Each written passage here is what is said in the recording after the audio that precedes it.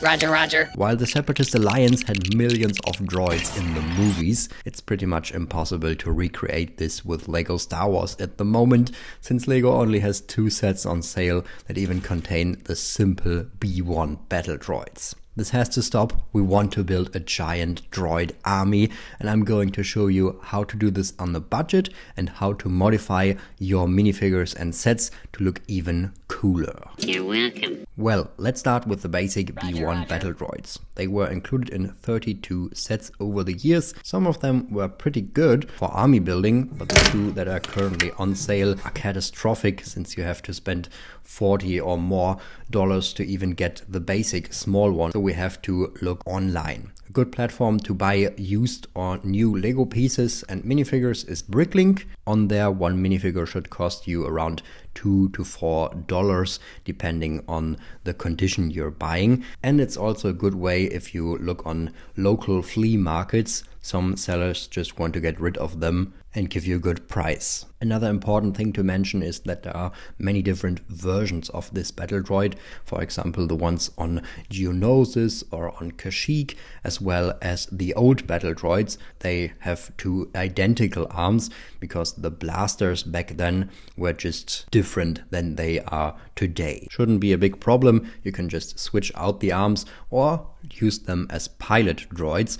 We will also need them for the vehicles that are coming later on. To have a good start, I bought 200 of them, equipped them all with a blaster and made one modification. As you can see, they have a stud on the back and they look kind of clumsy, to be honest. To make them appear a little bit more sturdy, I used this tan ingot piece. You can buy that for around 6 cents per piece on Bricklink, and attach this to the stud on the back. It looks so much better and clean. Of course, you can also use custom blasters for each droid, but these blasters are more expensive than the minifigure itself. Yeah, do whatever you want with your money. I don't have that kind of money to spend on 200 blasters. Now we can put them all on this base plate. Looks so great to see them all together, even though this is only the beginning. We also will need these Super Battle Droids, but they haven't been around since 2015. 8 years. I think it's because of the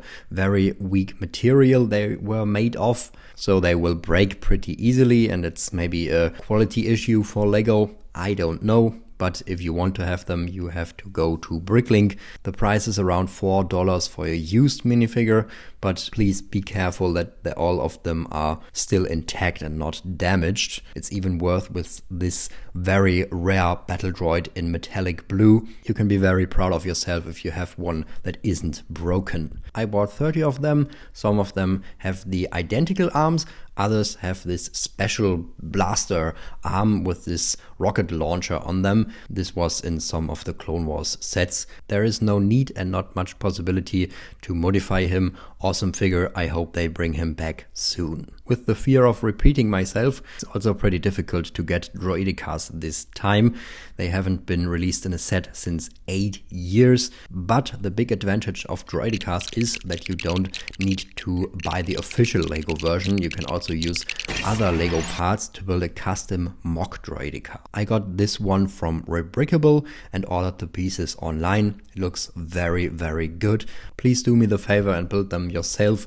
There is no need to buy the official ones like this one. It's $41 for just one Droideka. No joke. Here is a spider droid. A lot of you should know this one. It's from the new AATs Walker and also a fine addition to the collection. I did a little modification here on the legs, added these cheese slopes to make the legs a little bit more spiky like in the movie or TV series. For special missions we will need Commando Droids. They use Super Battle Droid legs and a special head mold. They don't cost that much because they are not that popular, and they also have been in a cheap battle pack a while ago, so it's kind of cool and unique to have them. And you can also equip them with this knife. I think it's from the castle or medieval wave, and give them a little clip on the back so they can use this knife as they do in the Clone Wars TV series. Yeah, we will also need a leader, and it's General Grievous, of course. This minifigure you will get for around $25 depending on the condition it is in, and You can also equip it with a custom cape as I did. This one is around $4. It looks so much better than just the normal plain LEGO version. And of course we will equip him with 4 lightsabers. Now onto the vehicles. One of the best ones to play with is the Corporate Alliance Tank Droid, or short Snail Tank. You don't need any pilot for him, you can just push him around and shoot with these flick fire missiles on the sides. There are also giant prints on the sides, and the minifigures back then were pretty good in this set. Another thing you can build yourself are these little STAP Speeders. They are used for droid transportation and also have little blasters in the front. You can see them in the movies, and they were also part of many different LEGO sets in the past. One of them will also be part of my next mock, so stay tuned for that. Also important are the tanks. I really love the AAT build. LEGO has released it 2 times already in blue. You need a pilot for the top here and 1 pilot for the interior, and there's even a secret escape pod on the older one where you can run away with the droids when Master Yoda comes to destroy it. But if you have neither of these sets, I would recommend you to go for the new one. It's a little bit cheaper, it's also a good build. You can put this sticker here in the front and change out the cannons. No idea what the LEGO designers were thinking, it's totally off proportion, but you can easily fix this mistake by swapping it out. This particular one was released in 2020, maybe some stores nearby you have it still on shelf. The most expensive part of the set is Ahsoka and the Clone Trooper. If you can buy it without them, it should be relatively cheap. But all what we have done until this point would be a joke without this. The MTT, the Multi-Troop Transport, the highlight of the Battle of Naboo for me personally. You can pull out the rack with the droids in the front. 16 droids have a place there. If you open up the back, you will also find a speeder with the weapons for the battle droids, as well as a Droideka and a place for the pilot droids here on top of it. I don't know why, but this set has always been fascinating to me. It just looks so cool, even though it is from 2007, but it's very expensive, so I wouldn't recommend you to buy it new.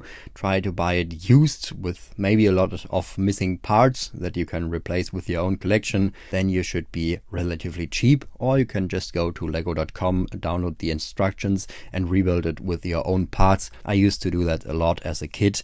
Was very interesting because you had to think about new building techniques, and it's much more affordable. But here is a complete view of the droid army we just built.